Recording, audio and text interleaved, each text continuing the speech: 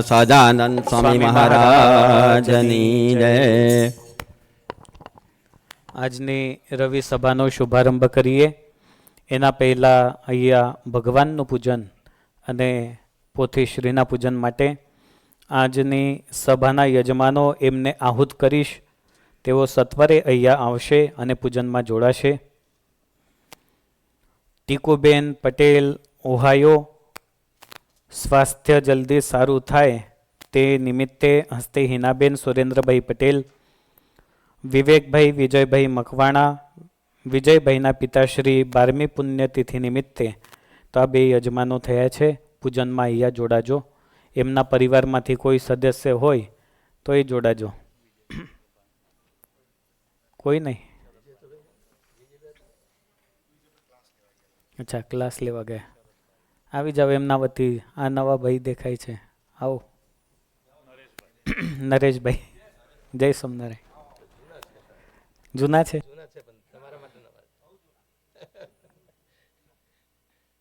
શ્રી વાસુદેવ વિમલામૃતધમવાસમ નારાયણમ નરકતારન નામ ધ્યેયમ શ્યામં સિતં દ્વિભુજમેવ ચતુર્ભુજં ચ ત્વં ભક્તિધર્મતનયં શરણં પ્રપદ્યે. સહજાનંદ સ્વામી મહારાજની જય.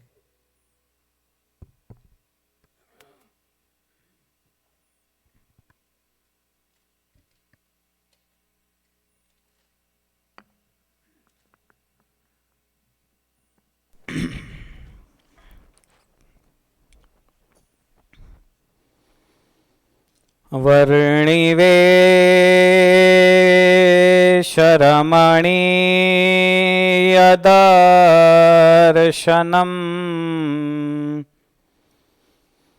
મંદહાસરુચિરાનનાંબુજમ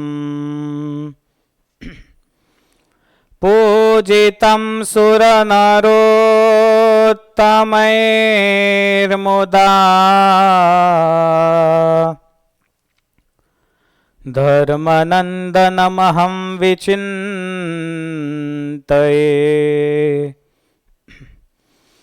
ઓમ અવતારિણે શ્રી સ્વામિનારાયણાય નમો નમઃ.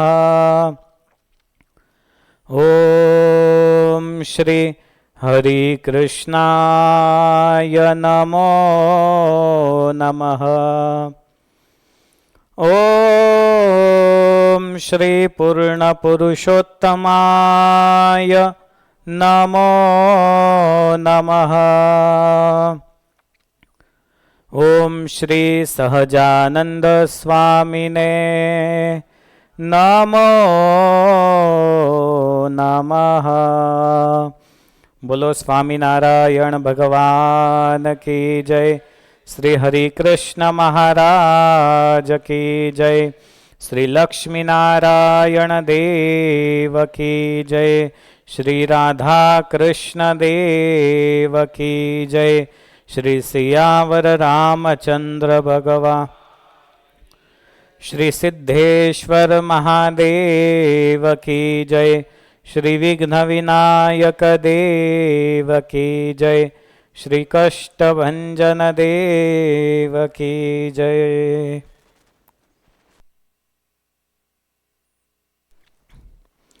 સર્વોચ્ચ તીર્થક્ષેત્ર શ્રી વડતાલ ધામ, એની અમેરિકા ખાતેની આ શાખા એટલે શ્રી સ્વામિનારાયણ મંદિર વડતાલ ધામ પેલેટાઇન શિકાગો, એમાં વિરાજમાન સંકલ્પ સિદ્ધ શ્રી હરિકૃષ્ણ મહારાજ, શ્રી લક્ષ્મીનારાયણ દેવ, રાધાકૃષ્ણ દેવ, સીતારામજી, વિઘ્ન વિનાયક દેવ અને કષ્ટભંજન દેવ, આ બધા દેવોના ચરણોમાં વંદન કરીએ. આપણા મંદિરના પૂજારી સ્વામી વિદ્વાન સદગુરુ શાસ્ત્રી મુક્ત પ્રકાશદાસજી સ્વામી અને દર રવિવારે ભગવાનના દર્શન, સત્સંગ, આધ્યાત્મિક પોષણ થાય એના માટે પીપાસુ એવા આપ સૌ હરિભક્તો સૌને જય સ્વામિનારાયણ. કેમ છો બધા? આજે રવિવાર છે. લોંગ વીકેન્ડ હતું કે શોર્ટ વીકેન્ડ હતું આ વખતે? શોર્ટ હતું. હા, તો પછી ઓછા કેમ દેખાવ છો? આજે તો વેધર પણ સારું છે. હા, એટલે સમર આવે એટલે પાર્ટીઓ શરૂ થાય.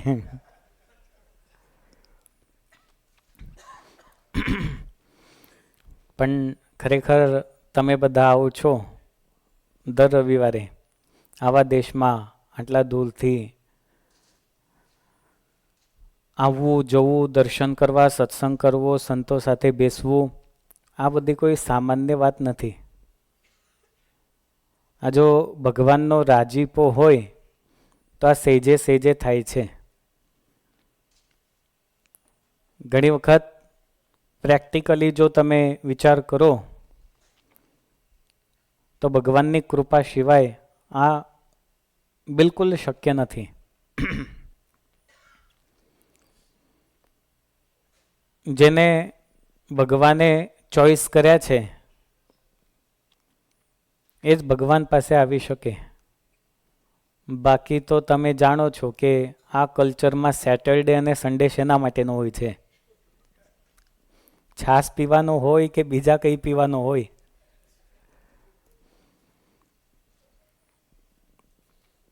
સરસ મજાનું આપણું આ વડતાલ ધામ શિકાગો ટેમ્પલ, એની અંદર આપણે શિક્ષાપત્રીની કથાનું શ્રવણ કરી રહ્યા છીએ. કેટલા ભાગ થયા શિક્ષાપત્રી કથાના? આ ત્રીજો ભાગ છે. કઈ કથા સાંભળતા હતા? શિક્ષાપત્રી શબ્દનો અર્થ. એમાં કયો શબ્દ ચાલતો હતો? શી. બરાબર છે. પછી શી શબ્દનો અર્થ શું થાય? કોઈને યાદ છે? યોગેશભાઈ કઈ ગયા?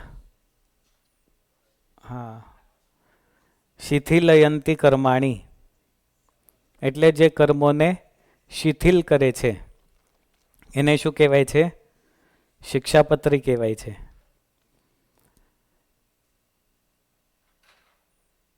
કોઈ પણ વસ્તુનો સાર એના નામમાં રહેલો છે. તમને બધાને કેરી ભાવે છે ને? કોઈ એવું ખરું કે એને કેરી ના ભાવે? બધાને કેરી ભાવે. કેરીનું ઝાડ જોયું છે? કેરીની સિઝન ક્યારે હોય છે? હવે તો 12 માસ મળે છે, પણ સમરમાં કેરી મળે મોસ્ટલી. કોઈ વ્યક્તિને કેરી બહુ જ ભાવે છે, મસ્ત મજાની કે ગીરની કેસર કેરી ને મુંબઈની હાફૂસ કેરી ખાવા મળી જાય તો કે જામો પડી જાય. દરરોજ એક વાટકો રસ ખાઈ જાય. હવે સિઝન પૂરી થાય પછી કેરી લાવવી ક્યાંથી? પછી આંબાના ઝાડ પાસે જાય.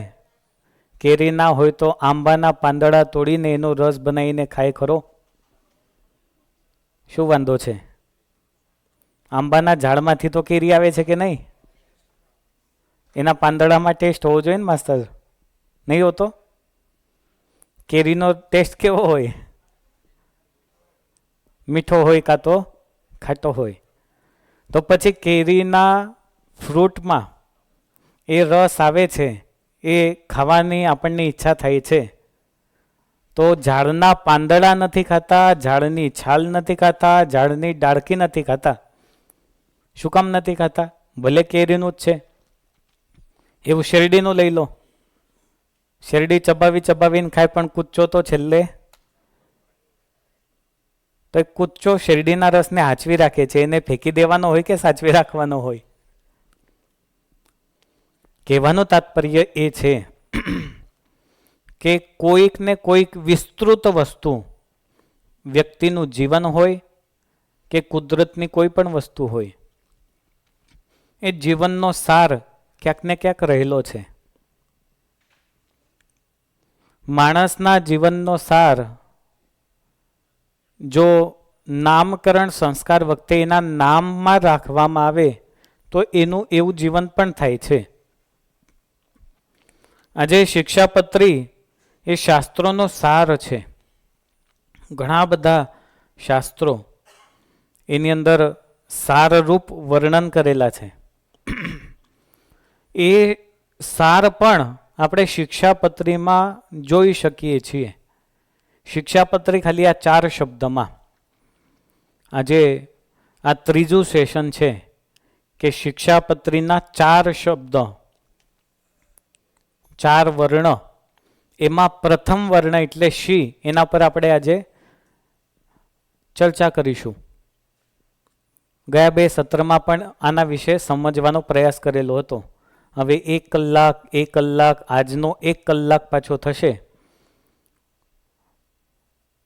5 મિનિટ તમને બોલવાનું કોઈ કહે તો કેટલું બોલવાનું થાય? આ ગામ ગપાટા મારવાના હોય તો થઈ જશે, પણ પછી ભગવાનની વાતો કરવાની થાય તો પતી જાય કે મહારાજ તો વડતાલમાં આવેલા હતા અને ગઢપુરમાં ગયા હતા અને મહારાજે વન વિચરણ કર્યું. પણ વિસ્તૃત અર્થ એ શિક્ષાપત્રીનો જો હોય તો આ શિક્ષાપત્રીના નામમાં પણ એટલો જ વિસ્તૃત સાર રહેલો છે. સૌથી પહેલા તો આ શિક્ષાપત્રીનું ફળ આ નામમાં દેખાઈ આવે, શિથિલયંતી કર્માણી. આ શિક્ષાપત્રીનો કોઈ વાંચે, શિક્ષાપત્રીનું અનુસરણ કરે, એને ફોલો કરે તો એના જીવનમાં રહેલા કર્મો પણ શિથિલ થાય છે. ઘણી વખત શાસ્ત્રોના સિદ્ધાંતોને સમજવા હોય તો શાસ્ત્રોને પાન કરવા પડે. શ્રીમદ સત્સંગી જીવન હોય, શ્રીમદ ભાગવત હોય કે બીજા કોઈ ગ્રંથો હોય, એના આધારે એટલો સાર નીકળે છે કે કર્મનો સંપૂર્ણ નાશ ક્યારેય પણ થતો જ નથી.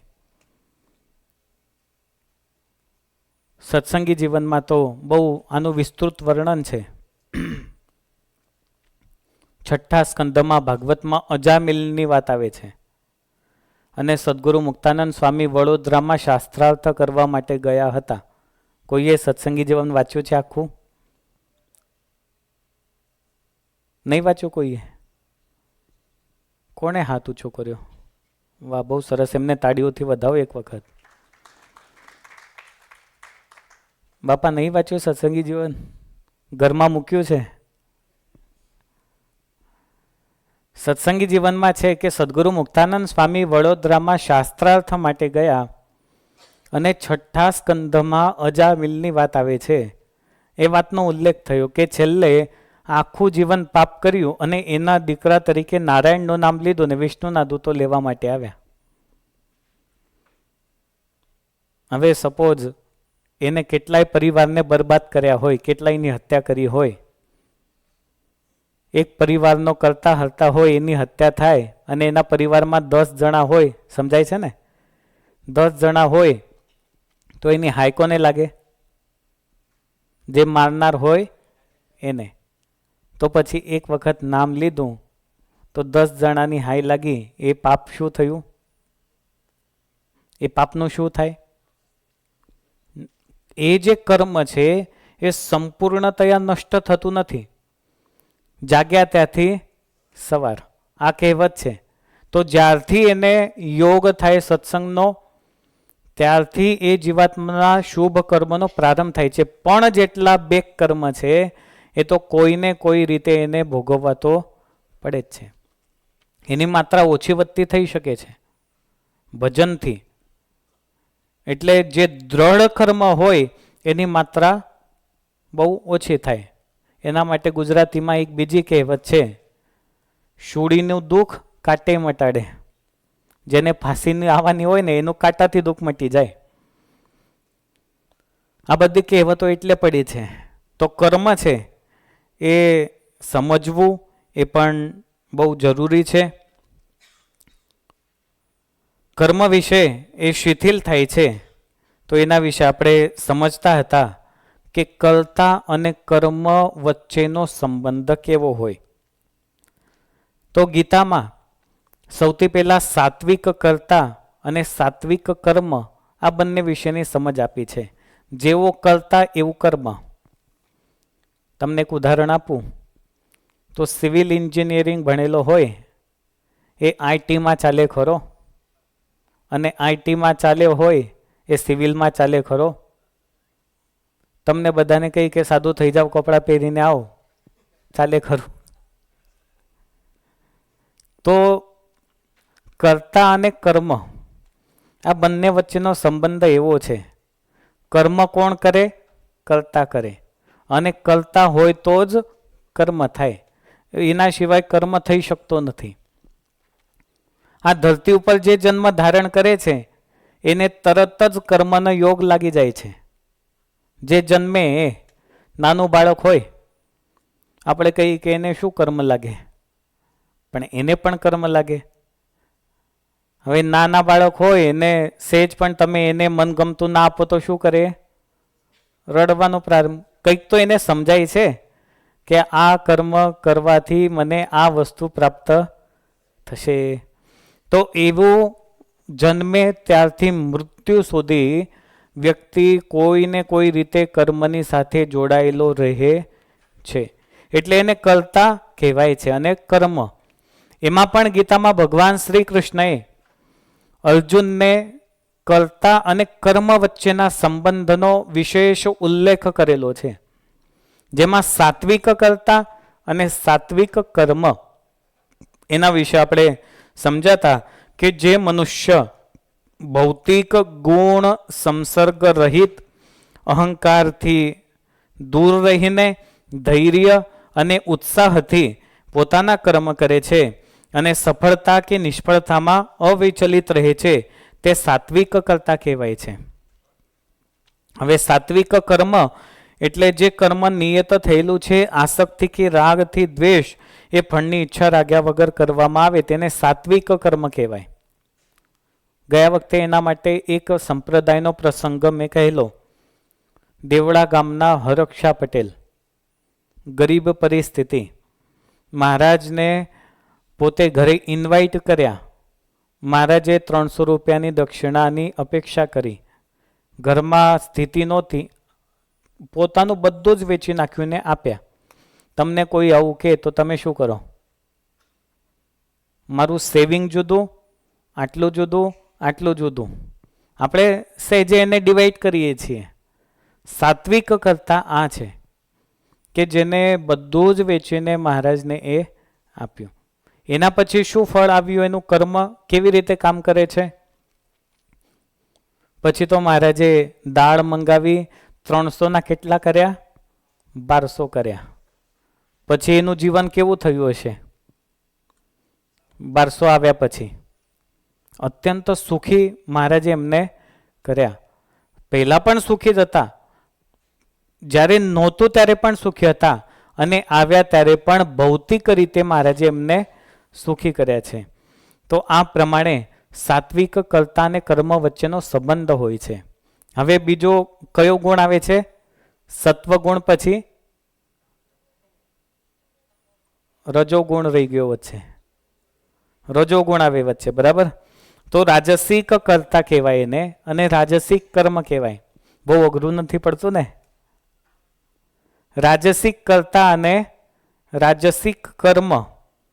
પહેલા તો આપણે બધા છે ને એવું થઈ ગયું છે ને કે જ્યાં મનોરંજન થાય એમાં વધારે આપણને થોડોક રસ હોય એવું દેખાઈ આવે છે. જ્યાં સંગીત વાગતા હોય, જ્યાં ગાયનો વાગતા હોય, પણ જીવનને ભગવાન તરફ લઈ જવું અને આધ્યાત્મિક ફિલોસોફીને સમજવી હોય તો કથાનો સહારો અવશ્ય લેવો પડે. મનોરંજન એ વાત જુદી છે, જીવાત્માનું કલ્યાણ એ વાત જુદી છે. તો સાત્વિક, રાજસિક અને તામસિક હોય છે. એમાં હવે રાજસિક કર્તા વિશે વાત કરેલી છે.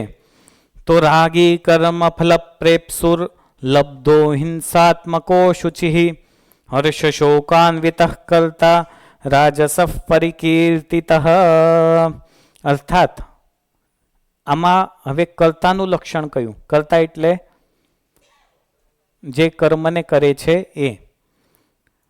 જે કર્તા કર્મ અને કર્મ ફળમાં આસક્તિ રાખીને, બરાબર સાંભળજો, જે કર્તા કર્મ અને કર્મ ફળમાં આસક્તિ રાખીને ફળો ભોગવવાની ઈચ્છા રાખે છે, તથા જે લોભી, ઈર્ષા કરનાર, અપવિત્ર તથા સુખ દુઃખથી વિચલિત થનાર હોય તે રાજસી કર્તા કહેવાય છે. આ શ્રી કૃષ્ણ ભગવાને એના લક્ષણ કયા? દુનિયામાં જન્મ લેનારો દરેક વ્યક્તિ એ કર્તા બને છે, કર્તાથી કર્મ બને છે. જેવો કર્તા તેવું કર્મ ક્રિએટ થાય છે. હવે આ રાજસિક કર્તાની વાત કરી. તમારામાંથી મીઠાઈ કોને બનાવતા આવડે છે? અત્યારે અનકોટની મીઠાઈઓ બધા બહેનો બનાવે છે. એ તમારો લગભગ ખાવાનો ટોપિક હશે કાં તો વાસણ ઉટકવાનો ટોપિક હશે. પણ જલેબીમાં કયો કલર મૂકવામાં આવે? બોલતા જાઓ. પીળો અને લીલો, કેસરી. કેસરી ભૂલી ગયા? તમે જે કલર મૂકો, કેસરી મૂકો કે જે મૂકો એવો કલર એ પકડે. મોહન થાળમાં કયો કલર નાખવામાં આવે? કેસરી. લીલો કોઈ દિવસ નાખ્યો? લીલો કલર શેમાં નાખવાનો હોય? જાદરિયામાં નાખવાનો હોય. સરસ મજાનું સફેદ કપડું લાવ્યા, એને જો લાલ કલરમાં બોળો તો કેવું થાય? લીલામાં બોળો તો? પીળામાં બોળો તો? ઠાકોરજી આગળ અન્નકોટ અર્પણ કર્યો હોય પછી દર્શન કરે, હા આ લાલ જલેબી મારી છે, કોઈ કે આ લીલી જલેબી મારી છે, કોઈ કે આ પીળી જલેબી મારી છે. તો જેવો કલર એવો રંગ એ પકડે છે. એવી જ રીતે જેવો કરતા એવું જ કર્મ એનાથી થાય. એના માટે કહેવાય છે કે કૂવામાં હોય તેવું હવેડામાં આવે. બરાબર છે ને આ કહેવત? કૂવામાં જો સારું પાણી હોય તો સારું પાણી આવે, કૂવામાં જો ગંદુ પાણી હોય તો ગંદુ પાણી આવે.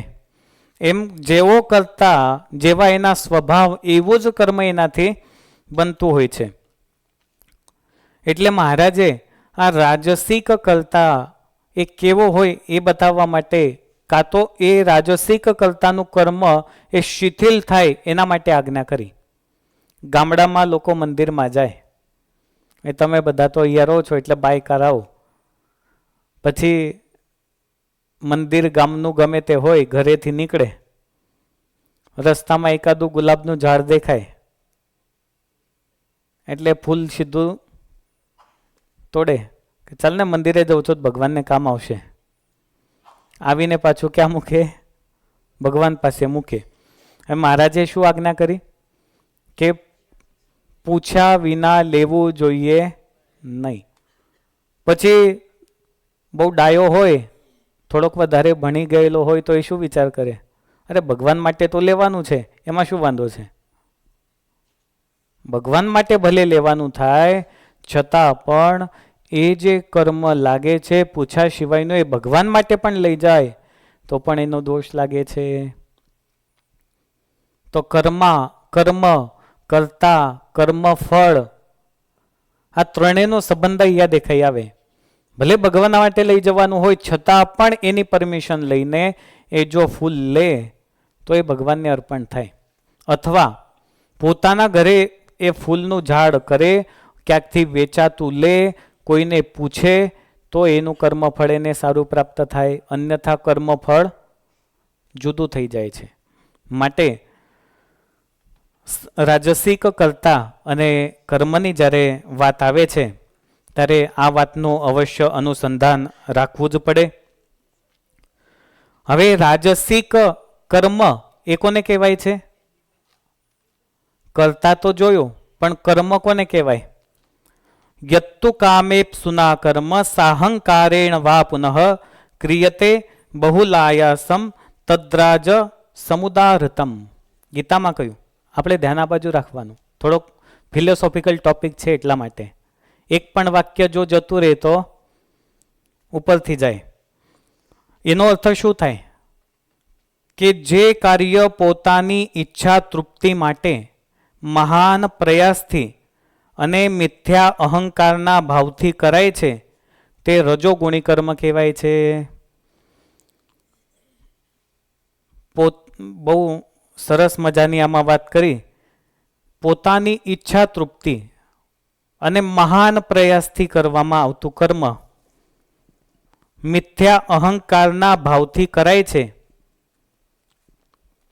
3 શબ્દ આની અંદર બહુ જ મહત્વના છે.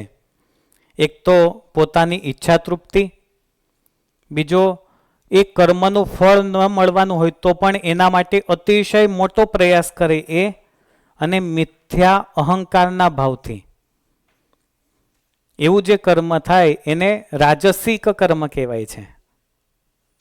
3 ભાવ આની અંદર આવે. એના માટે આપણે એક ઉદાહરણ સમજીશું. આપણા સંપ્રદાયમાં મહારાજે અનેક ચરિત્ર કરેલા છે, દિવ્ય ચરિત્રો છે બધા. વિક્રમ સંવત 1874ની સાલ છે, જેઠ મહિનો છે. અત્યારે કયો મહિનો ચાલે છે? જેઠ મહિનો ચાલે છે કે કયો મહિનો? જૂન મહિનો ચાલે છે. જેઠ છે. જૂન આજે સ્ટાર્ટ થયો ને જિગ્નેશભાઈ? તો જેઠ ક્યારે છે? જેઠ સુદ દશમ આવશે ને હમણાં. જેઠ મહિનો ચાલુ થઈ ગયો.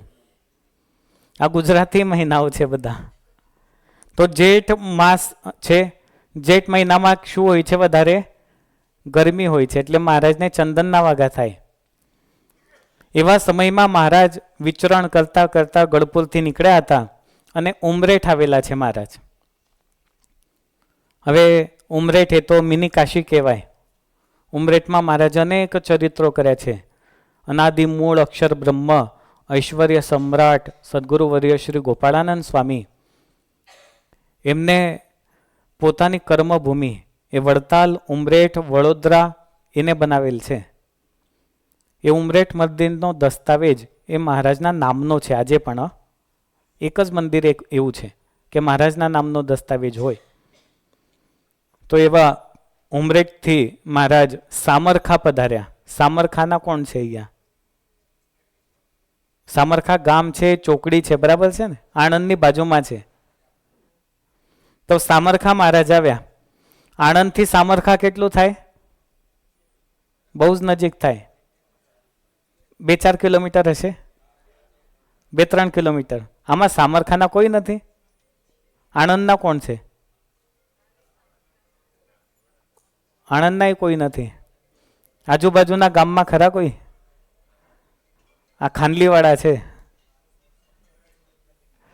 તો સામરખા મહારાજ પધાર્યા.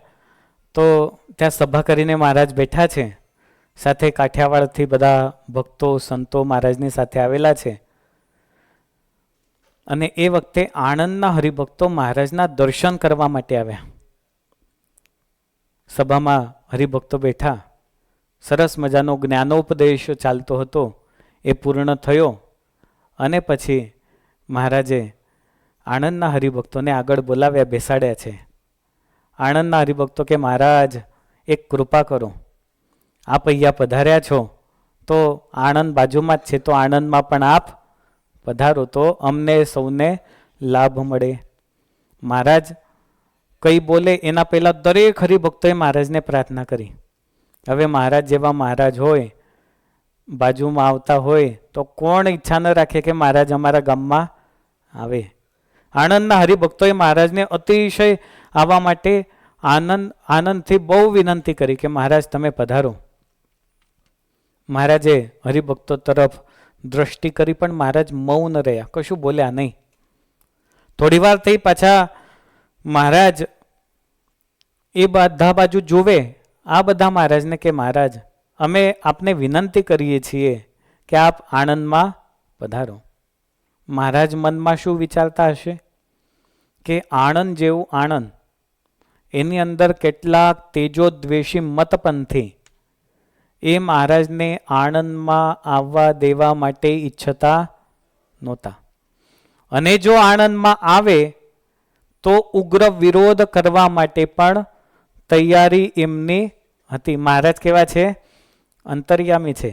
એ તો બધું જ જાણતા હોય. તો મહારાજે આ મતપંથી ત્વેજી દેશીઓની વાત ગેરસમજોના લીધે મહારાજ જાણતા હતા. અને એવું નહોતું કે એમને કોઈ બીજો પ્રોબ્લેમ હોય, પણ કેટલીક માન્યતાઓ એ જ્યાં સુધી મનમાં ભરાઈ ગઈ હોય ત્યાં સુધી સામેનું ચિત્ર સ્પષ્ટ દેખાતું નથી. પેલો રોગ થાય છે, શું કહેવાય છે ને? પીળું પીળું દેખાય એને કમળો, પીલિયા રોગ કે હિન્દીમાં. કમળો થાય તો ગમે એટલું સારું તમે મૂકો તો કેવું દેખાય? સરસ મજાના સફેદ કપડાં પહેર્યા હોય તો કે આ પીળું કેમ પહેરીને આવ્યા? સરસ મજાનો સફેદ ભાત હોય તો કે આ હળદર નાખીને લાવ્યા કે શું? કહેવાનું તાત્પર્ય એ કે કેટલીક ગેરસમજો એ મનમાં બંધાઈ ગયેલી હતી. મહારાજ કશું બોલે નહીં અને પરિસ્થિતિ અતિશય વણશે નહીં. એટલા માટે મહારાજે કહ્યું કે ભક્તો, અમે જ્યારે ફરી વખત આવીશું ને ત્યારે ચોક્કસ આણંદ અમે આવીશું, અત્યારે તમે રહેવા દો. પણ હરિભક્તોએ બહુ જ આગ્રહ કર્યો કે મહારાજ હવે તો તમે બાજુમાં આવ્યા છો ને આવવામાં શું વાંધો છે? બહુ અતિ આગ્રહ કર્યો એટલે મહારાજ કહે છે ચાલો અમે આણંદમાં આવીશું. હવે મહારાજે આણંદમાં આવીશું એવું કીધું અને આખા આણંદમાં સમાચાર ફેલાઈ ગયા કે સ્વામિનારાયણ આવવાના છે. તો આણંદમાં ક્યારે આવવાના એ દિવસ પણ બધાને ખબર પડી. હવે સારા હતા એ બધાએ આનંદ વ્યક્ત કર્યો, પણ જે મતોપંથી હતા, તેજોદ્વેષી હતા, એ બધાએ શું કર્યું? ગમે તેમ કરીને સ્વામિનારાયણનો વિરોધ કેમ કરવો એના માટે પ્રયત્ન કરવા માટે બધા તત્પર થયા છે. બધા ચારે બાજુ વાત પ્રસરી ગઈ. સ્વાગતની તૈયારીઓ ભક્તો કરવા માટે લાગ્યા. આ બાજુ મહારાજ નક્કી થયેલા દિવસે આણંદ બાજુ આવવા લાગ્યા છે. આણંદ આવે એના પહેલા મહારાજે બધા કાઠી દરબારોને અને બધા સંતોને એક ઝાડ નીચે બેસાડ્યા. હવે મહારાજની સાથે કોણ કોણ રહેતા ખબર છે ને? બધા દરબારો રહેતા. દરબારો કેવા હતા? બધા ખમતીધર હતા. આજની જેમ પાણી પોચા નહોતા. આવી મૂછો ઉપર લીંબુ મૂકીને તોય પડે નહીં એવા બધા ખમતીધર હતા. એ ખાલી આમ આમ ફેરવતા નહોતા. એવા કાઠી દરબારો બધા. અને શરીરના બાંધાઓ એવા મજબૂત. મહારાજે બધાને બેસાડ્યા કે ભક્તો, હવે અમે જે વાત કરીએ છીએ એ બધાએ ખાસ ધ્યાનપૂર્વક સાંભળવી જોઈએ. હરિભક્તો, સંતો બધા હાથ જોડીને મહારાજની વાત સાંભળવા લાગ્યા. મહારાજ કહે છે કે અત્યારે આપણે ક્યાં જવાનું છે? બધા કહે છે મહારાજ આણંદ જવાનું છે. ભક્તો, આજે આણંદમાં સ્વાગત જુદી રીતે આપણું થવાનું છે. આ બધાને થયું કે આ વળી પાછું શું લાયા, કંઈક ખાવાનું હશે કે શું? મનમાં વિચાર કર્યો. મહારાજ કહે છે ભક્તો, આજે ફૂલના બદલે પથરાવનો વરસાદ થશે. દરેક જગ્યાએ જાય તો ફૂલની વૃષ્ટિ થાય. આજે તો પથરાવો આપણા પર આવશે. ચંદનના બદલે માટીનો ગારો આપણા પર આવશે. ત્યાં સુધી નહીં કે સારા મંગળ ગીતોના બદલે ભાગ એ આપણી તરફ આવવાના છે. કાઠી દરબારો કે મહારાજ અમે તો છીએ ને. મહારાજ કે છાનામાના બેસો, હજી બહુ ઉતાવળ નહીં કરવાની. દરબારોના લોહી કેવા? એટલે મહારાજ કહે છે કે થોડી વાર તમે રોકાવો. અમે તમને બધાને આજ્ઞા કરીએ છીએ, કોઈ ગમે તે બોલે, કોઈ ગમે તે ફેંકે, ગમે તેવું સ્વાગત થાય, પણ કોઈએ પણ પોતાનું હથિયાર ઉઠાવવાનું નથી. કાઠી દરબારો કે આ તો બહુ કરી. મહારાજ કહે છે અને જે હથિયાર ઉઠાવશે એ વચનદ્રોહી અને ગુરુદ્રોહી ગણાશે. હવે મહારાજે બધાને વચનમાં બાંધી લીધા. કાઠી દરબારો કે જોઈ લઈશું ટાઈમે શું થશે. પછી તો આણંદમાં નીકળ્યા. આણંદની પાદરે આવ્યા છે. સરસ મજાની ઘોડી ઉપર મહારાજ વિરાજમાન હતા. સૌથી પહેલા તો ગામની પાદરે હરિભક્તોની ઉપસ્થિતિ છે. હરિભક્તોએ મહારાજને હાર પહેરાવ્યા સ્વાગત કર્યું. બહુ આનંદ. આજે તો સંપૂર્ણ આનંદ એના ભક્તો બહાર આવીને ઊભા છે. બધા જ આવીને નગરવાસીઓ પણ બધા બહાર ઊભા હતા. જેમ જેમ મહારાજની સવારી આગળ નીકળવા લાગી એમ કોઈએ જોરથી પાણો ફેંક્યો, એનાથી ચૂકી જવાયું. પછી કોઈએ ગારો ફેંક્યો, કોઈએ છાણ ફેંક્યું, કોઈએ ફાગ બોલ્યા છે. પણ મહારાજના મુખારવિંદો ઉપર સ્મિત એ એવું ને એવું જ હતું. સુખ અને દુઃખ આ બંનેમાં સમત્વ સ્થિતિ એ મહારાજે રાખી છે. સ્વાગત થાય કે અપમાન થાય એ બંનેમાં સમત્વ દૃષ્ટિ એને યોગી કહેલો છે. સમત્વમ ઇતિ યોગી ઇતિ ઉચ્ચતે, ગીતામાં કહ્યું.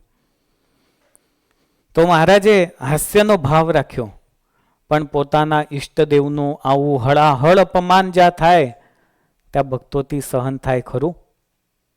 જે ભગવાનની સાથે દ્રઢ નિષ્ઠાથી જોડાયેલા હોય, જેને પોતાના દિલમાં ભગવાન રાખ્યા હોય, એ ભગવાન કે સંત એનું અપમાન ક્યારે પણ સહન કરી શકે નહીં. આજે મહારાજની સવારી આગળ જાય, ગારા ફેંકાતા હોય, મહારાજનું મુખારવિંદ સ્મિત ભર્યું, સૌના ઉપર કૃપા દ્રષ્ટિ એવી ને એવી જ મહારાજ ફેલાવે છે. જોબન પગીએ વિચાર કર્યો કે આ એ જ આણંદ છે કે જેને મેં 5 વખત લૂંટ્યું હતું.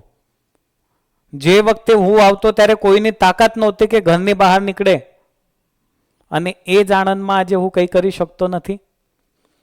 એટલે મહારાજની દ્રષ્ટિ તો હતી, બીજા કોઈ તો ઠીક છે, પણ પગીને મારે સાચવવા છે. એટલે મહારાજની દ્રષ્ટિ ભક્તો તરફ પણ હતી. કાઠી દરબારો હતા, બધા પાછળ ચાલતા હતા. એમાં જોબન પગી સેજ પાછા ઊભા રહેવાની શરૂઆત કરી કે આ બધાને જવા દો, હું રોકાઈ જાઉં ને પછી આ બધાને જોઈ લઉં કેમ મારા મહારાજનું અપમાન કરે છે. મહારાજે કહ્યું, જોબન પગી ચાલો અમારી સાથે. બધાને પોતાની સાથે લીધા, આણંદથી બહાર આવ્યા અને પાછા એક સરોવરના કિનારે મહારાજે સભા કરી. ત્યાં બધાએ સ્નાન કર્યું. મહારાજ સભામાં બેઠા, કોઈ એક શબ્દ પણ બોલતા નહોતા.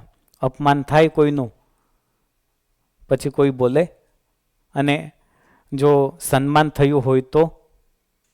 સભા એકદમ નીરવ શાંત છે. એની અંદર મહારાજ બેઠા છે, સામે ભક્તો બેઠા છે. રસ્તા પરથી કોઈ વ્યક્તિ નીકળ્યો, એને ટોપલામાં સરસ મજાની કેરી લાવેલા હશે. એને જોયા કે આ બધા બેઠા છે શાંતિથી, એટલે કેરીનો ટોપલો મૂક્યો મહારાજ પાસે. મહારાજને કહે કે આ લ્યો કેરી, આમ્રોત્સવ કરો. મહારાજ કહે છે, અરે વાહ, કેવી તો કેટલી સરસ મજાની છે. હવે મહારાજે બોલવાની શરૂઆત કરી, કેરી તો કેટલી સરસ મજાની છે, ચાલો આપણે આમ્રોત્સવ કરીએ. દરબારો કહે છે, તમને આમ્રોત્સવનું શું ઉજે છે?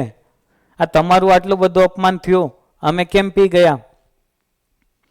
પણ મહારાજે આમ્રોત્સવ કરાવ્યો અને ભક્તોને સમજ આપે છે કે ભક્તો,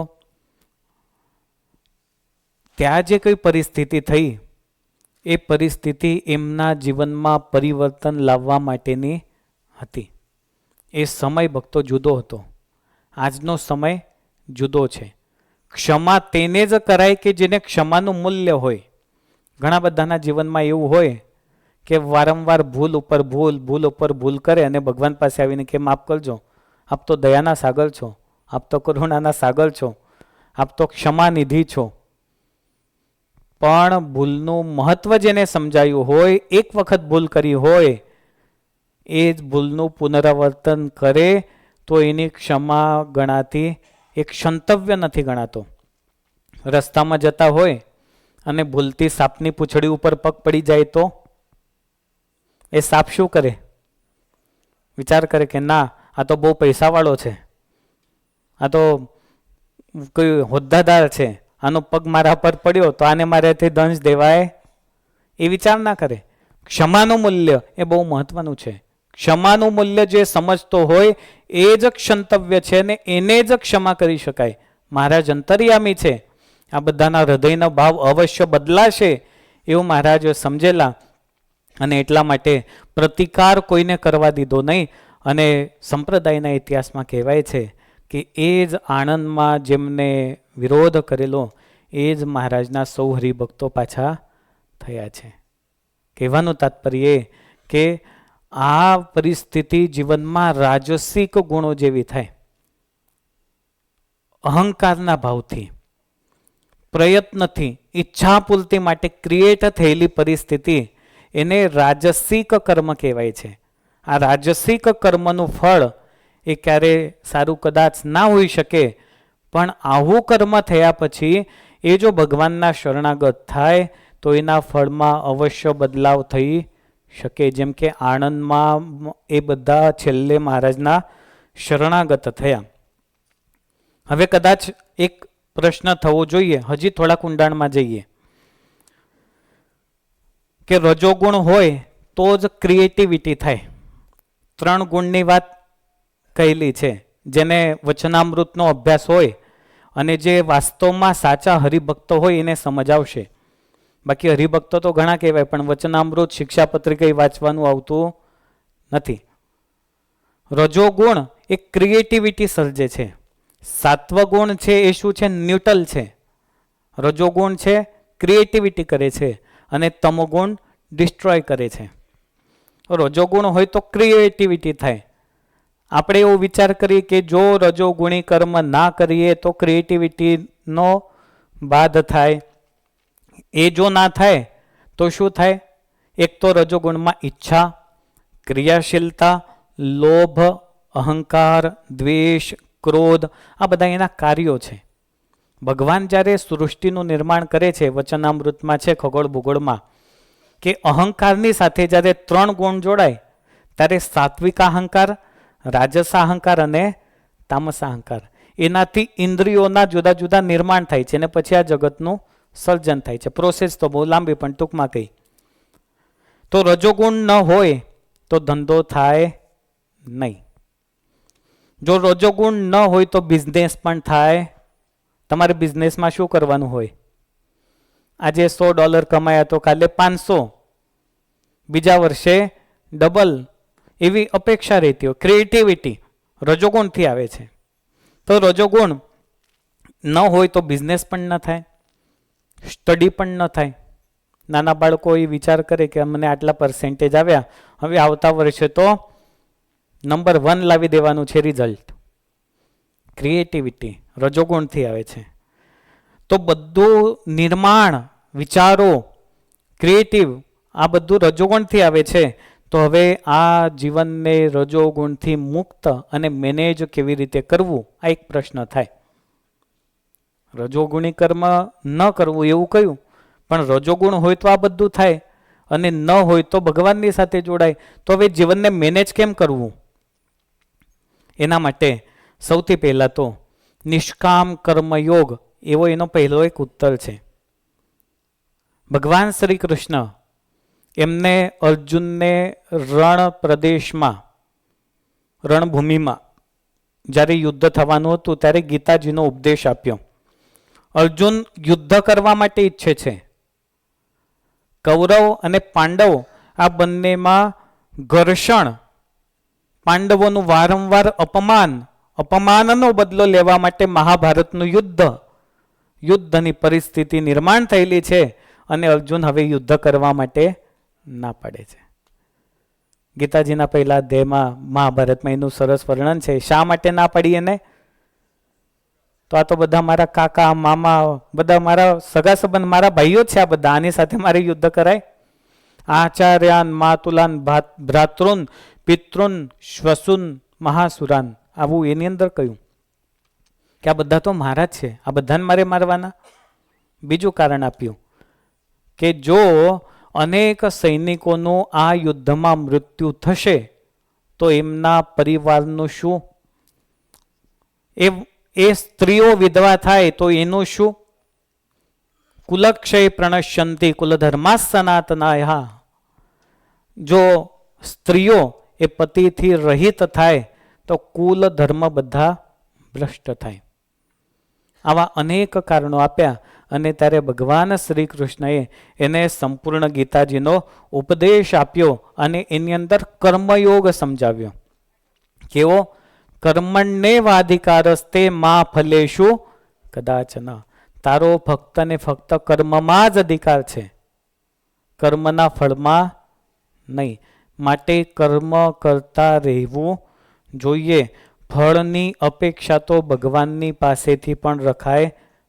એ ભગવાન જે આપે એ જ સ્વીકારવાનું. તમને ઉદાહરણ આપું. કોઈ વ્યક્તિ 24 કલાક 12 મહિના 30 દિવસ બહુ જ મહેનત કરે છે, બહુ જ પરિશ્રમ કરે છે, પણ એકાદું કાર્ય કર્યા પછી તરત વિચાર કરે કે લાભ ક્યારે મળશે. સપોઝ કોઈએ સ્ટોર નાખ્યો નવો, પહેલા જ દિવસે વિચાર કરે હવે ઇન્કમ કેટલી થશે.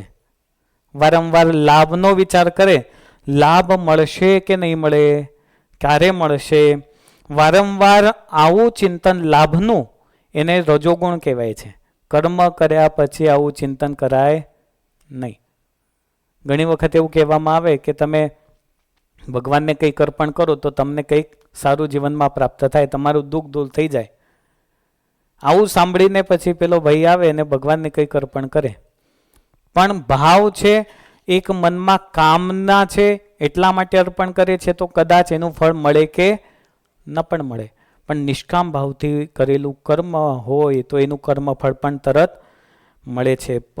પણ એ જ વ્યક્તિ જો એવું સમજી જાય કે આ તો મારું કર્તવ્ય છે, મંદિરમાં આવવું, મંદિરમાં સેવા કરવી, સત્સંગ કરવો, શાંતિથી રહેવું, ઝઘડા ઊભા ન કરવા, આ પોતાનું કર્તવ્ય જો સમજી જાય તો કર્મ ફળ પ્રદાતા એવા જે ઈશ્વર છે એવી સમજણ જો એનામાં આવી જાય તો રોજો ગુણથી એ વ્યક્તિનો ભાવ દૂર થાય છે. પહેલો ઉપાય શું છે?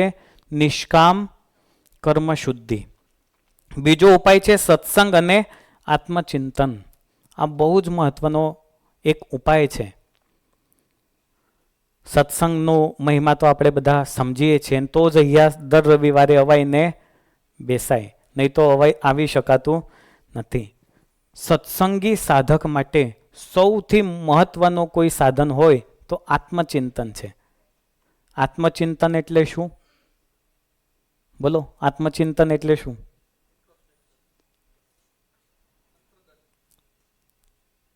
પોતાનું ચિંતન કરવું, પણ એને થોડા જુદા અર્થમાં જોઈએ તો આત્મચિંતન બહુ જ જરૂરી છે. મહારાજે વચનામૃતમાં કહ્યું કે હું આત્મા છું ને દેહ નથી, એવો ભાવ એને કહેવાય છે આત્મચિંતન.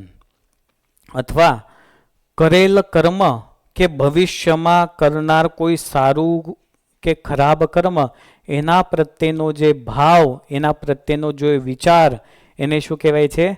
આત્મચિંતન કહેવાય છે. મહારાજે વચનામૃતમાં કહ્યું કે પોતે પોતાના, પ્રથમનું 20મું વચનામૃત, પોતે પોતાના સુખને ભોગવતો નથી ને પોતે પોતાના રૂપને જાણતો નથી. શું કીધું? પોતે પોતાના સુખને ભોગવતો નથી. સુખ કયું? તો આધ્યાત્મિક અને ભગવાનનું સુખ એને ભોગવતો નથી. અને પોતે પોતાના રૂપને જાણતો નથી. રૂપને એટલે હું કેવો છું એ જાણતો નથી. એ જ સર્વ અજ્ઞાનીમાં અતિશય અજ્ઞાની છે. એનાથી આગળ તો મહારાજે બહુ સ્ટ્રોંગ કહ્યું છે. અને એ જ અતિશય ઘેલામાં ઘેલો છે. અને એ જ મૂર્ખમાં અતિશય, આ કોણ કહે છે? અને એ જ સર્વ નીચમાં અતિશય. પ્રથમનું 20મું વચનામૃત. તો પોતાના રૂપને સમજવાનો પ્રયાસ. રૂપ એટલે બાહ્ય સૌંદર્ય નહીં, હું ગોરો છું, કાળો છું, ધોળો છું, એવું નહીં, પણ આંતરિક ચિંતન, એ આત્મચિંતન કહેવાય છે. આપણે સવારે એક પ્રભાતીઓ સરસ મજાનું બોલીએ છીએ, એની અંદર બહુ સરસ મજાની મુક્તાનંદ સ્વામીએ વાત કરી છે. કાશી કેદાર કે દ્વારકા દોડે, જોગની જોગતી ના જાણી રે,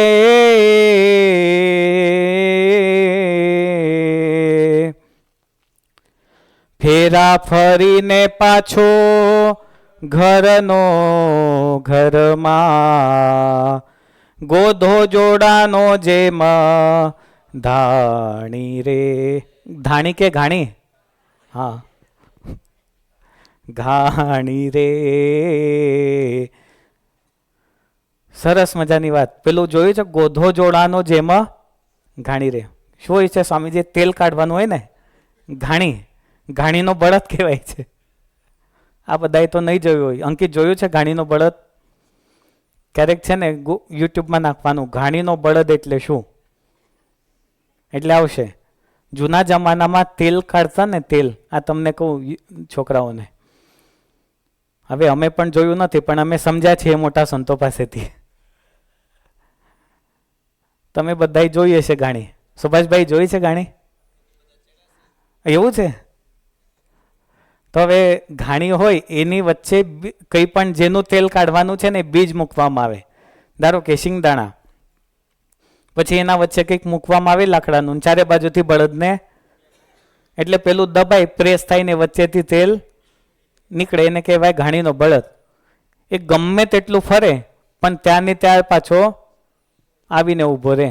એમ સત્સંગમાં આવ્યા ત્યારથી લઈને છેલ્લે સુધી જો ત્યાં ને ત્યાં હોય તો એની સ્થિતિ કેવી રહે? એમાં શું થવું જોઈએ? અને એ શેનાથી આવે? આત્મચિંતનથી આવે. ફેરા ફરીને પાછો ઘરનો ઘરમાં. આ મનુષ્યના શરીરમાં હોય કે આના પછીના જીવનમાં હોય તો ફરી વખત હવે બીજા જન્મ ધારણ કરવા નથી. હવે જવું છે તો ક્યાં જવું છે? ભગવાનના ધામમાં જવું છે. માટે આત્મચિંતન એ બહુ જરૂરી છે. આત્મચિંતન માટે મુક્તાનંદ સ્વામી આગળ વાત કરે, પીધા વિના પ્યાસન ભાંગે, મરપંડ ઉપર ઢોળે પાણી રે.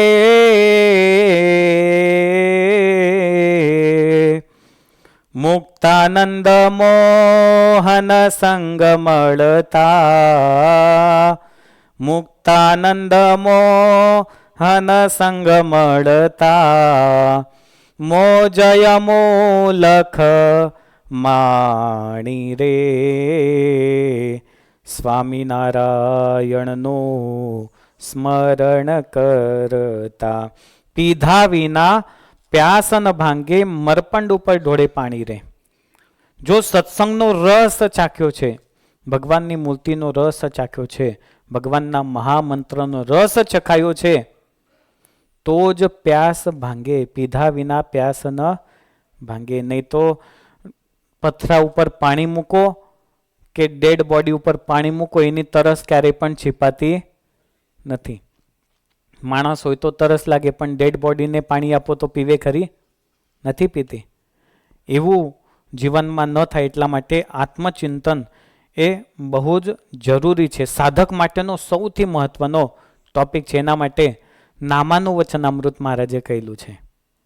આત્મચિંતનને રિલેટેડ છે. આ શિક્ષાપત્રીમાં બ્રહ્મ ભાવ એના વિશે પણ ઘણું બધું મહારાજે લખેલું છે. તો જ્યારે શિક્ષાપત્રી આ શબ્દાર્થને આપણે સમજવાનો પ્રયાસ કરીએ છીએ, એની અંદર શી આ શબ્દને સમજીએ છીએ. આજે ત્રીજું સેશન, શિથિલયંતી કર્માણી. કર્મને એ શિથિલ કરે છે. તો આ કર્મને, રજોગુણને શિથિલ કરવાનો ઉપાય એટલે ભગવાનની શરણાગતિ. એ ભગવાનની શરણાગતિ જો કરે તો આ 3 ગુણના ભાવમાંથી પણ પાર થઈ શકાય છે. આત્મચિંતન શા માટે જરૂરી છે? સત્સંગ શા માટે જરૂરી છે? કદાચિત તમને ઉદાહરણ આપું તો કોઈનો અભાવ આવ્યો એક વ્યક્તિને. હવે ભાવ ને અભાવની સ્થિતિ તો ચાલતી જ હોય. અભાવ ક્યારે આવે? કે જ્યારે પોતાનું મન ગમતું ન થાય ત્યારે અભાવ આવે. બરાબર? અભાવ એટલે એનામાં નેગેટિવિટી દેખાય કે આ ફલાણો આવો છે ને ફલાણો તેવો છે. તો કોઈનો અભાવ આવ્યો પછી એ વ્યક્તિ શું કરશે? એ વ્યક્તિ બીજા 10 જણાને વાત, પેલો તો આવો જ છે, પેલો તો આવો જ છે, પેલા એ આવું કર્યું, પેલા એ આવું કરવાની જરૂર નહોતી. હવે એક વ્યક્તિ એને અભાવ બીજાનો આવ્યો, એને કેટલા જણાને વાત કરી? 10 જણાને વાત કરી. આત્મચિંતન શું છે તમને સમજાવવાનો પ્રયાસ કરું છું. હવે 10 જણા એના મનમાં સકારાત્મક ભાવ એ વ્યક્તિ પ્રત્યેનો હોય. જ્યારે આ વ્યક્તિએ એમનો નકારાત્મક ભાવ પ્રદર્શિત કર્યો ત્યારે 10 વ્યક્તિના માઇન્ડમાં કેવું થાય? ખલબલી મચી જાય. સારું આવું થઈ ગયું, આવું કર્યું પેલા અમને સારું થયું તે અમને કીધું. શાંત પાણી હોય ને એમાં સેજ કાકરો નાખો તો શું થાય?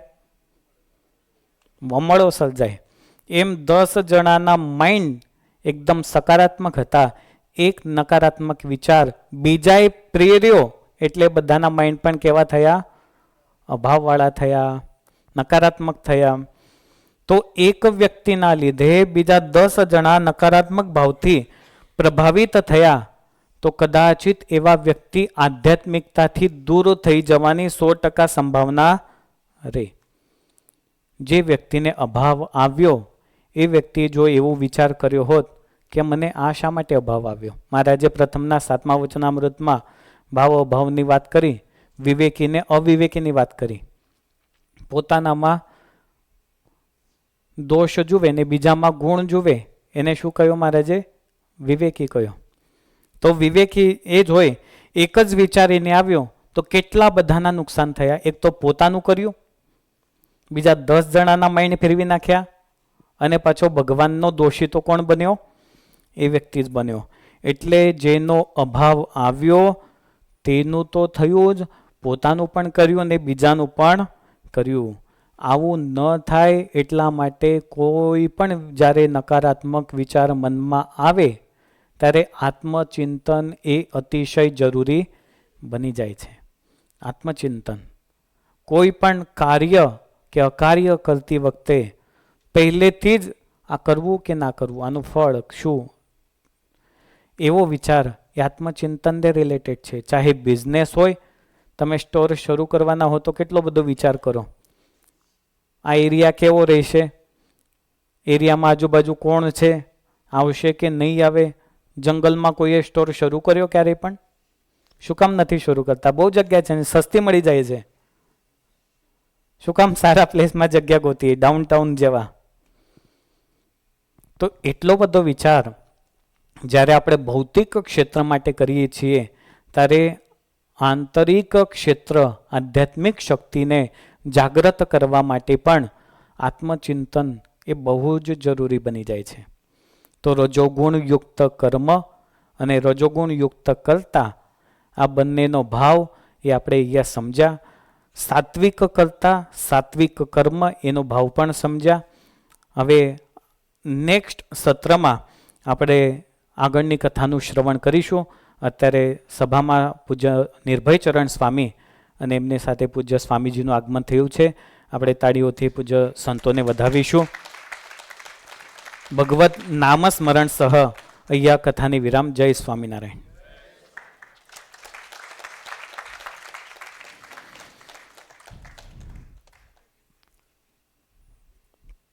કર્મની ગતિ છે ને બહુ ગહન હોય છે, એટલે આ ટોપિક પણ થોડા ગહન છે. તો ચાલો અત્યારે જાહેરાતો પણ પછી સાંભળીશું. એના પહેલાં જ્યારે સભામાં પૂજ્ય નિર્ભયચરણ સ્વામી અંકલેશ્વરથી અહીંયા પધાર્યા છે, એમની સાથે સ્વામીજીનું નામ શું છે?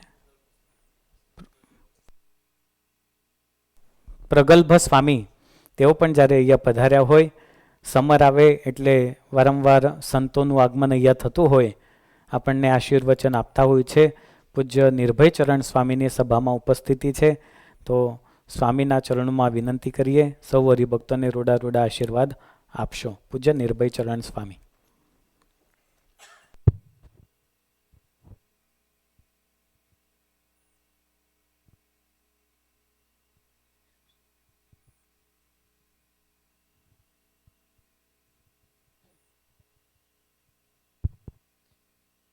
वरुणिवेशरमणि दर्शन मंदहासुरुचिराननाम्बुजं पूजितं सुरनरोत्तमेर्मुदाधर्मनन्दनमहं विचिन्ते.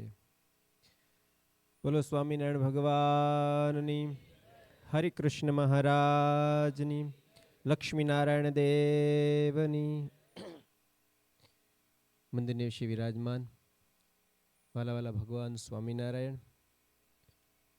લક્ષ્મીનારાયણ આદિ સર્વ દેવો, આપણે આપણે બધાને ભગવાનની સુંદર કથાનું રસપાન કરાવતા પૂજ્ય શાસ્ત્રી સ્વામી, અમારે પૂજ્ય પૂજારી સ્વામી, અમારી સાથે પધારેલા પૂજ્ય પ્રગલ્ભ સ્વામી અને મંદિરની ખૂબ સેવા સંભાવના, ભજન ભક્તિ કથા વાર્તા બધા કરતા તમામ હરિભક્તો હૃદયથી જાજા કરીને જય સ્વામિનારાયણ. ઘણા બધા ચહેરા અમારા બહુ પરિચિત છે, ઘણા બધાને નજીકથી ઓળખીએ છીએ. અંકિત જેવા આવડા હતા તે દુના અમે જાણીએ છીએ. અને સરસ તમે બધાએ સત્સંગનો માહોલ જાળવી રાખ્યો છે. ખૂબ ભજન ભક્તિ કથા વાર્તા સત્સંગનો યોગ તમને બધાને બહુ રૂચે છે, ગમે છે. એટલે ગમે ત્યાંથી સત્સંગને ખોળી કાઢો છો અને ખૂબ મહારાજને વાલા થવાના પ્રયત્ન બધા કરો છો. એ બધાને અહીંયા એક સાથે જોઈને પહેલાં તો હૃદયથી બધાને ખૂબ ખૂબ ધન્યવાદ આપીએ છીએ. ખૂબ બધાએ ભજને કર્યું છે, ભક્તિ કરી છે, સેવાય કરી છે નરેશભાઈ. એટલે ખૂબ બધા મારે સ્નેહલભાઈને મને ફોનમાં જ્યારે અવાજ સંભળાણો એટલે મેં કીધું તમારો અવાજ આવે છે. મેં કીધું ક્યાંથી અવાજ શરૂ થાય? પહેલાં કીર્તનથી એને સરસ બધાએ કીર્તન ભક્તિની અંદર બધા તલ્લીન લલીન રહેનારા, વળી પાછા કથા વાર્તા સત્સંગમાં પણ એવા બધા ખૂબ શું કહેવાય જોશીલા હોશીલા છે.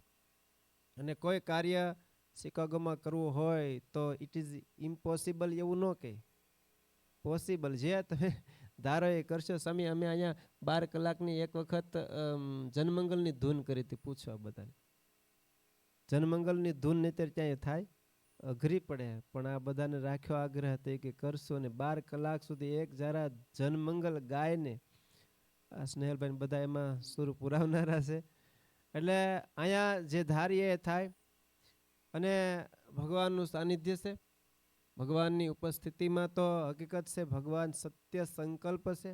જે સંકલ્પ કરે તે ભગવાન સિદ્ધ કરનારા ભગવાન પુરુષોત્તમ નારાયણ મળ્યા છે.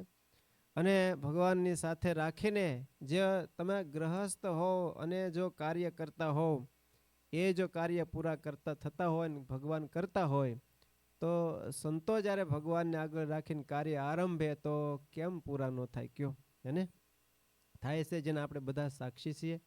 ખૂબ બધા આવી વિષયાભોક્ત ભૂમિમાં રહ્યા પછી પણ જ્યારે એ બધાથી અલિપ્ત રહ્યા છો, જેમ કમળ જળને વિશે રહે પણ જળનો ટીપું અડવા ન દે, કાદવમાં ખીલા પછી પણ એ કાદવની દુર્ગંધ એ ફૂલને અડવા ન દે, એમ બધા ખૂબ આવી રંગીલી ભૂમિમાં રહ્યા પછી પણ ભજન ભક્તિ સત્સંગનો જોગ રાખીને મહારાજને આગળ રાખીને હાલો છો. કપાળમાં તિલક સાંડલા નાના નાના ભૂલકાઓ પણ રાખીને જ્યારે અહીંયા ભજન ભક્તિનો જ્યારે તત્પર છો, ત્યારે હમણાં સ્વામી કીધું એમ સમર આવે એટલે સંતો ઇન્ડિયાથી અમેરિકા આવે. કોઈને જે અર્થ કરવો એ કરે, પણ અમે જે અર્થથી તમને કહીએ, જે અર્થથી આવ્યા છીએ એ કહું. અર્થ તો ઘણા બધા ઘટામણા સામે કીધું પોઝિટિવ નેગેટિવની વાત આપણે વિચારતા એ પ્રમાણે જો નેગેટિવ લઈએ તો નેગેટિવ પણ છે. અને જેને હૃદયમાં પોઝિટિવ ભાવ છે કે આ ઉનાળો આવ્યો એટલે સહજ છે, સંતો બધા આવશે અને ત્યાં ઉનાળો હોય તમને ખબર હોય એટલે એમ થાય ગરમીમાંથી થોડાક ટાઢામાં જાય. બે બાબતથી છે, સમજ્યા? એટલે ત્યાં ગરમીને હવે ધીરે ધીરે અહીંયા ચોમાસું ચાલુ થાય એટલે અહીંયા લગભગ ઉનાળે હજી કાર્યક્રમ કરી શકાય પણ ચોમાસે તમારા જેવા કે અમારે ત્યાં હોલ હોતા નથી.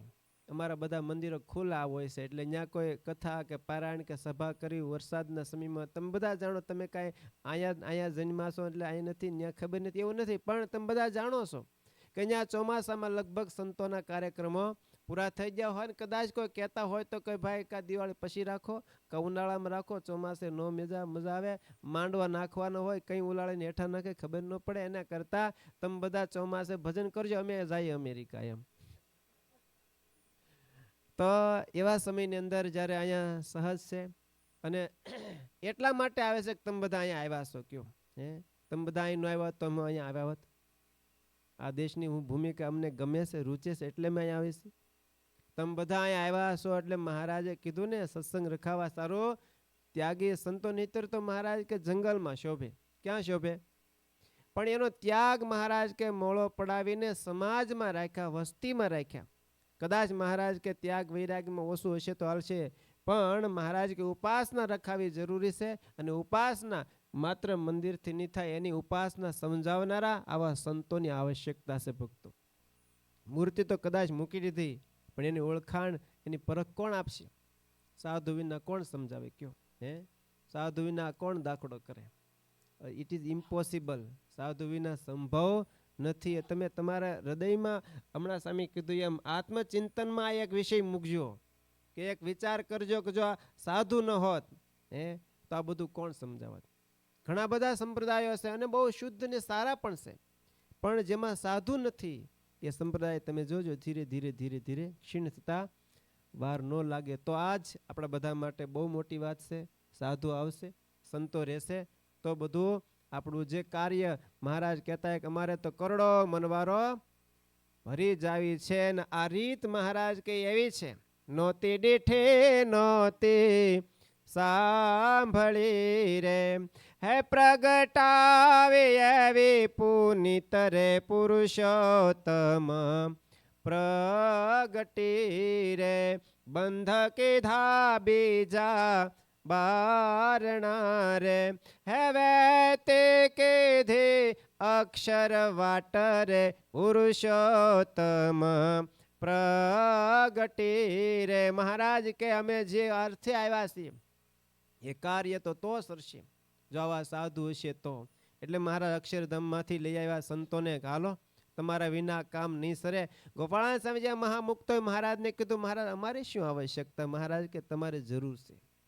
અમે કદાચ પુરુષોત્તમ નારાયણ આવીને ધરતી ઉપર ઊભા રહેશું, ફરશું, વિચરશું, અમારી ઓળખાણ કરાવનારા નહીં હોય તો સમાજ ક્યાંથી અમને ઓળખશે? અને હકીકત છે ભક્તો, ઓળખાય નહીં ભગવાન. આ નાની વાત નથી. ભગવાન સ્વામિનારાયણને ઓળખવા માટે જન્મો જન્મની સાધના પણ ટૂંકી પડે. ઘણી વખત આપણે એવા નેગેટિવ બોલનારા સાંભળાય ને તો આપણે એમ થાય આવું કોણ જાણે પુરુષોત્તમ નારાયણની વાતને કયો. એટલે જેમ તેમ બોલતા હોય સ્વામિનારાયણ આમ છે, સ્વામિનારાયણ તને ખબર છે એને કે સ્વામિનારાયણ કોણ છે? ઘણી વાર ભક્તોને પણ એવી શંકા થતી હોય, સમય આમ બોલે છે કેમ? હમણાં મારે એક છે, શું નામ, પ્રવીણભાઈ, મને કે સ્વામી ફલાણો આમ બોલતો. મેં કે એની વાતમાં તમને વિશ્વાસ છે? જેણે ભગવાનને જોયા છે, જેણે માણ્યા છે, જેણે અનુભવ્યા છે એને પૂછો. ગોપાળાનંદ સ્વામીને પૂછો ભગવાન સ્વામિનારાયણ કોણ છે. મુક્તાનંદ સ્વામીને પૂછો ભગવાન સ્વામી. અને એ બધાએ સીધા નથી માન્યા. મુક્તાનંદ સ્વામીએ થામી લડાઈ લીધી છે. રામાનંદ સ્વામી ભગવાન છે કે સહજાનંદ સ્વામીને ભગવાન તરીકે નહીં. હા, ગુરુ ગાદી ખરી પણ ભગવાન નહીં. અને તમને કદાચ પ્રસંગો તમે બધા સાંભળેલા હશે, બધા જૂના બધા મોડલ છે બધા, સમજે?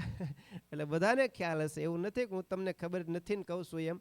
બધા સત્સંગમાં બધા ઓતપ્રોત થયેલા સત્સંગમાં જૂના છો, જોગીઓ છે. અમારી ઉંમર કરતા ઘણા સત્સંગમાં વહેલા આવેલા છે. કયો તો બધા જાણે છે. મુક્તાનંદ સ્વામીએ કીધું, મહારાજ દિયો પાખંડ મેલી, સત્સંગમાં ન થાવ ફેલી, સમાધિ નથી કાંઈ સોયલી, મોટા યોગીને પણ દોયલી.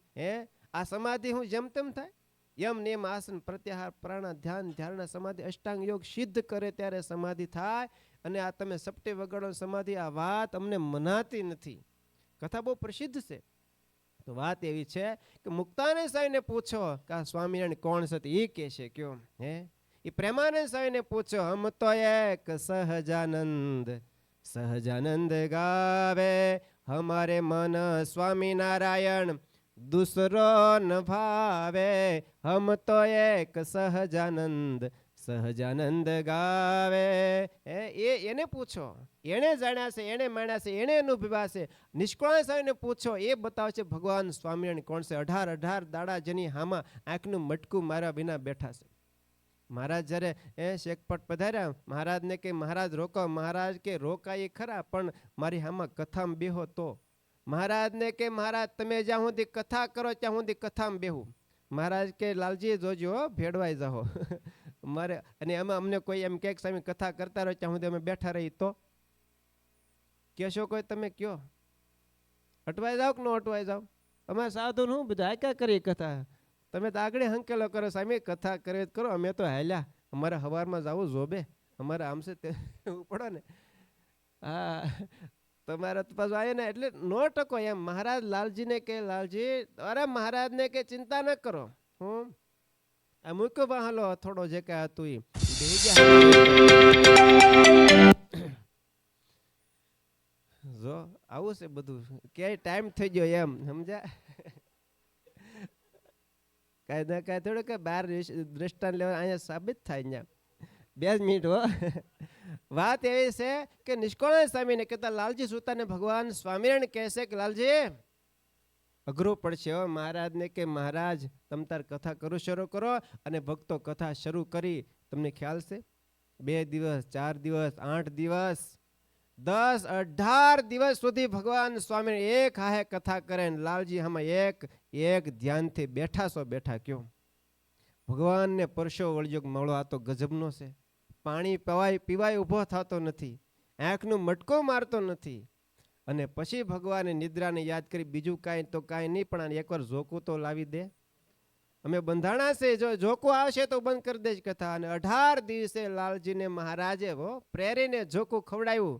મહારાજ કે લાલજી ખેલ ખતમ, હું આપણો ટાઈમ પૂરો. 18 આ ઝોકું ખાધું. મહારાજને કે હાસુ બોલો કોણે આપ્યું તું? મહારાજ કે લાલજી ખરો તું માણસ હો. હવે મહારાજ કે મારે જવું છે, ભૂજ જવું છે, મારે એ વાત કરવી છે કે એને અનુભવ્યા છે એને પૂછો. એ ભગવાન સ્વામિનારાયણને કેવા છે, કેવા કહેશે નથી આવ્યા ને આવશું ક્યાંથી રે, એમ જાણજો સૌ મનમાંથી રે. અમે અવતારો ના અવતારી રે, શું વાત કહું વિસ્તારી રે. આ નિષ્કોણ સમય લખે હે. તો મારે એ કહેવું છે કે એને પૂછો, એને અનુભવ્યા હશે ને એ કહે છે ભગવાન સ્વામિનારાયણ કહે છે. આજના મારે નથી શબ્દ બોલવો, ખબર નથી કાંઈ ભગવાન સ્વામિનારાયણ બાબતમાં એક ટકાવાર જાણતા નથી ને એ જ્ઞાન આપે કે સ્વામિનારાયણ આમ છે તેમ છે. એની વાત મનાય કે આ મહાપુરુષોની વાત મનાય? બાપની ઓળખાણ સાચી કોણ કરાવી આપે? હે, બાપની ઓળખાણ માં કરાવે કે બેટા તારો બાપ છે.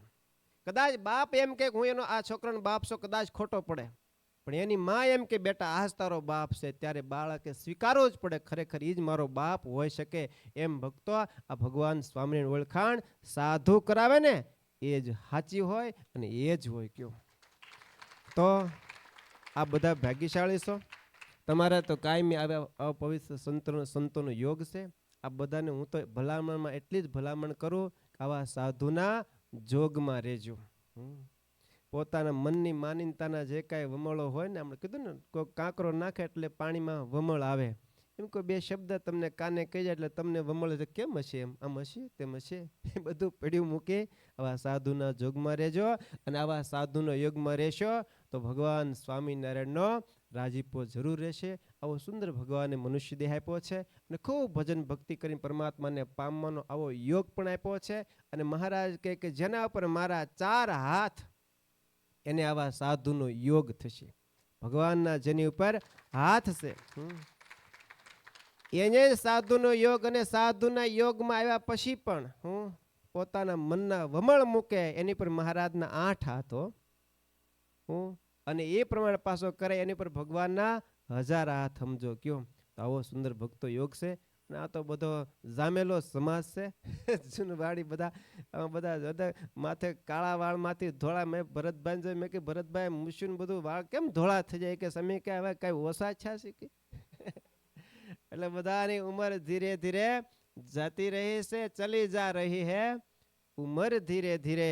અને વાલા ભક્તો ભગવાનને પ્રાર્થના કરીએ આવો સુંદર પરમાત્માનો સાનિધ્યમાં આવા પવિત્ર સંતોના યોગમાં. જોકે તમારો બધાનો સત્સંગ ખૂબ આગળ વધતો હશે અને વધારે ફૂલો ફળો બને. ભગવાન સ્વામિનારાયણ એવી આ બધા પર ખૂબ કૃપા કરે. અને ભગવાનની ખૂબ જોકે કૃપાના પાત્ર છો જ, નથી કરી એવી વાત, પણ છતાંય ભગવાનને પ્રાર્થના કરીએ કે મહારાજ તમારા બધા પર ખૂબ રાજી રહે અને ખૂબ ભગવાનનું ભજન ભક્તિ કરો. આવો સુંદર ભગવાને યોગ આપ્યો છે. આ યોગ એ કરીને જેમ સરસ મજાની સીડી દાદરો હોય, ચડવાનો યોગ હોય તો ચડી જવું જોઈએ ને, ઉપર જવું હોય એને. પછી જોયા કરે કે કેમ પગથિયું ચડવું. ખબર આપણે પ્લેનમાં જે ઓલું દાદરો આમ સીડી હાલતી સીડી હોય ને, એ કે મળે આમાં કેમ જવું ઊભો રહે તો એને શું કહેવાય સ્નેહલભાઈ? હા, બહુ નહીં મને શબ્દ ફિટ થાય, પણ કહેવાનો કે એ જે ઊભા ઊભા જોયા કરે આમાં કેમ ચડવું, આમાં કેમ ચડવું, તો ઊભા રહેશે. પણ જ્યારે એ પગ મૂકો, તમે પગ મૂકવા ડગલા ભરવા નહીં પડે ને તમે દાદરા ચડી જશો. એમ ભક્તો આ સત્સંગનો, આવા પવિત્ર સંતોનો યોગ, આપણે અહીંયા અંદર ખાલી ઊભું રહેવાનું છે એટલે ઓટોમેટિક તમે પગથિયા ચડીને પાર કરી જશો. મહારાજે આપણને જે અર્થે આ મનુષ્ય દેહ આપ્યો છે અર્થ સિદ્ધ થશે. નહીતર આવા કદાચ યુગોના યુગ જતા રહેશે ને તો આનો શેડો આવનારો નથી. ભગવાનને પ્રાર્થના કરે કે મહારાજ હવે આ મનુષ્ય દેહમાં આવે છે આનો શેડો આવી જાવ્યો છે, કે હજી ફરી આવવું છે. આમ તો સારું છે હો, અમેરિકામાં મજા છે. તમારે ઉનાળે ગરમી થાય નહીં, શિયાળે બધાને સરસ હીટિંગ હોય. અમારે ત્યાં ક્યારેક ધાબળા ઓઢીને ધુઆ ઓઢીને તોય ટાટ કરી જાય, કારણ કે અંદર હીટિંગ હોય નહીં ને. તમારે ત્યાં બધું એ તમારે જ્યારે જેવું જોતું હોય આમથી આમ કરે એટલે ગરમ, આમ કરે ટાટું, એક જ ખાલી એટલું જ. એટલે આવું જ પાછું ચંદુ કાકા નથી આવું પાછું તો એટલે સરસ વાલા ભક્તો, ખૂબ ભજન ભક્તિ કરી ભગવાનને રાજી કરજો. મેં કીધું એમ આવા પવિત્ર સંતોને સેવજો. કથા વાર્તામાં ટાઈમે આવી જાજો પાછા. કેમ થાય છે એમાં? હે ઓલી પાસની વ્યવસ્થા કરી દે પાછી હતી એમની એમ. જેને વહેલું જમવા જો વહેલો આવીને પાસ લઈ લે, નકર છેલ્લે વારો જાય એવું રાખો ને તો પાછા વહેલા આવી જવાય એમ. તો સરસ વાલા ભક્તો, જો કે બધાના ચહેરા જોઈને એમને ખૂબ રાજી થવાય છે કે જૂના જૂના બધા હરિભક્તોને મળી બધાના દર્શન કરી અને અંતરમાં એમ થાય છે કે આ બધા જૂના પુરાના બધા વાલા વાલા ભક્તોએ ખૂબ સત્સંગ ભજન ભક્તિ કરી, અમને ખૂબ રાખ્યા હતા, ખૂબ હાસ્યા હતા. આજ અમે એનું ઋણ અદા કરવા માટે આવ્યા. બે હરિભક્તો આપણા બહુ જૂના જાણીતા હેતવાળા પ્રેમવાળા બધાને મળીએ અને તમને જેમ આનંદ થાય એમ અમને દુગુણો આનંદ થયો. આવા દેશમાં રહ્યા થકા ભજન ભક્તિ કરો છો, ભગવાનને તમારા બધા માટે પ્રાર્થના કરીએ, શુભકામના પાઠે મહારાજ સર્વનું સર્વ પ્રકારે મંગલ કરો અને સર્વનું સર્વ પ્રકારે મહારાજ આ લોકમાં સુખિયા રાખો ને પરલોકમાં સુખિયા રાખો. સર્વે ભવંતુ સુખીના સર્વે સંતુ નિરામયા. એમ ભગવાન સર્વ પ્રકારે સર્વનું મંગલ કરે એ ભગવાનના ચરણોમાં પ્રાર્થના સાથે બધા ભક્તોને હૃદયથી જાજા કરીને જય સ્વામિનારાયણ. જોરદાર તાળીઓથી પૂજ્ય નિર્ભય ચરણ સ્વામીને વધાવી લઈશું. તમે જેમ જૂના જોગી એમ સ્વામી પણ જૂના જોગી. અને મને તો ત્યાં સુધી અંકિતે કીધું કે જનમંગલ સ્તોત્ર જે તમે સ્વરમાં બોલો છો ને એ સ્વામી શીખવાડેલું છે. મારી પાસે 2-3 રિક્વેસ્ટ આવી હતી. અહીંયા છે ને ઘણા બધા એકબીજા શું કહેવાય પેલું શું શબ્દ છે, સજેશન આવે છે. એટલે સજેશન આવેલા 2-3 કે અમને સંસ્કૃત ભણવું છે અને એના ક્લાસીસ માટે પણ લગભગ 2-4 જણાએ વાત કરી હતી અમુક સ્તોત્રો માટે. તો ક્યારેક એના વિશે વિચાર કરશું. એવા સજેશન સારા આવતા હોય તો જનમંગલ સ્તોત્ર હોય કે કથા વાર્તાથી સ્વામીએ આ સત્સંગનું પોષણ પણ કરેલું છે.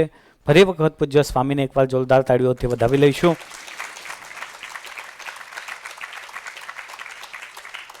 જ્યારે ભૂતકાળનું સ્મરણ કરીએ અને ભૂતકાળના વ્યક્તિઓનો યોગ થાય ત્યારે આનંદની એક લહેરો એ પોતાના દિલમાં ઉમટતી હોય છે. તો ભૂતકાળમાં આપણે જે હતા તે દર વખતે કહું છું કે ભૂતકાળનું સ્મરણ કરવું, આત્મચિંતન કરવું, ભવિષ્યનું આત્મચિંતન કરવું અને વર્તમાનનું પણ ચિંતન કરવું. ક્યાં પહોંચવાનું છે, ક્યાં હતા, ક્યાં છીએ, આ બધો વિચાર કરીને સત્સંગમાં ડગલું માંડવું જોઈએ. ઘણી વખત એવું થાય કે સહેજે સહેજે મળેલી વસ્તુની વેલ્યુ રહેતી નથી. એટલા માટે ભૂતકાળ આપણો બહુ સરસ મજાનો, વર્તમાન પણ બહુ સરસ મજાનો, ભવિષ્ય સુવર્ણમય બનાવવા તરફ આપણે બધાએ જવાનું છે. સંતોનું આગમન થયું, ખૂબ આનંદ થયો. થોડીક જાહેરાતો છે પછી આરતી તરફ જઈશું. જાહેરાતો તો તમે જાણો છો. હવે શું આવે છે? 4 તારીખે હરિજયંતિ આવે છે. હરિજયંતિ ભૂલી ગયા? 4 તારીખે બુધવાર આવે છે અને હરિજયંતિ આવે છે, એટલે જે ઉપવાસ કરતા હોય એ યાદ રાખજો. પછી 5 તારીખે ગુરુવાર મહારાજની અંતર્ધ્યાન લીલા, સ્વધામ ગમન લીલા છે. ગુરુવારે તો લગભગ તમે બહુ મોટી સંખ્યામાં ભેગા થાઓ એટલે આપણે પ્રોગ્રામને રવિવારે લઈ લઈએ છીએ. તમને ગુરુવારે બહુ બધા ભેગા થઈ જાવ તો પાછા, એટલે 8 તારીખે રવિવાર આવે છે. રવિવારના દિવસે મહારાજની અંતર્ધ્યાન લીલા એનું કથાનું શ્રવણ કરીશું. આ મહારાજ આ ધરતી ઉપર આવ્યા, આપણને બહુ સુખ આપ્યું, બહુ સુખ આપ્યું. દુઃખ પોતે લીધું ને આપણને બધાને સુખ આપ્યું, એટલા માટે અહીંયા બેઠા છીએ, સારી ગાડીઓમાં ફરીએ છીએ. માટે મહારાજનું ઋણ, નંદ સંતોનું ઋણ અને સંતોનું ઋણ ક્યારેય પણ ભૂલવું જોઈએ નહીં. મહારાજની અંતર્ધ્યાન લીલા થશે. એના પહેલાં શનિવારે ભીમ એકાદશી છે, એટલે ધૂનમાં પણ બધા આવજો. રવિવારનો દિવસ છે તો કેલેન્ડરમાં શુક્રવારે છે, પણ શનિવારે કરવાની છે, બરાબર ને? શનિવારે કરવાની છે. આ ખાસ જાહેરાત કરું છું. ભીમ એકાદશી છે. પછી 21 તારીખે પછી આપણો પાટોત્સવ આવે છે. 13, 14 અને 15 હનુમાન ચરિત્રામૃતની કથા રાખવામાં આવેલી છે. એની અંદર બધા જોડાજો. ખાસ કરીને યજમાનો જે થવાના બાકી હોય નામ ત્યાં લખાવતા જજો. મેં એક વસ્તુ જોઈ કે કોઈ પણ પ્લાન બિફોર ટાઈમ રજૂ થાય ને તો એની એક્શન કાં તો એક્ટિવિટી એના 2 દિવસ પહેલાં થાય છે. યાત્રા ક્યારની જાહેરાત થઈ છે, પણ યાત્રાની અત્યારે નામ આવવાના શરૂઆત વધારે થઈ છે. તો પાટોત્સવમાં જેને લખાવવું હોય એ અવશ્ય ત્યાં લખાવી દેજો. પાટોત્સવમાં જોડાજો. આપણી કથાનો ટાઈમ ને બધું ઘણી વખત કીધું છે, ટાઈમ એમાં જવા દેવું નથી. શનિવારે કલ્ચરલ પ્રોગ્રામ છે, એનો સરસ મજાનો એક પ્રોમો જોઈએ કે એ કલ્ચરલ પ્રોગ્રામ કેવો હશે. આપણા મંદિરમાં બાળકો ગુજરાતીના ક્લાસીસમાં સરસ મજાનું અધ્યયન કરે છે, તો એ પ્રોમોને આપણે જોઈશું અને કલ્ચરલ પ્રોગ્રામમાં જોડાઈશું. વોઇસ આપજો ભાઈ.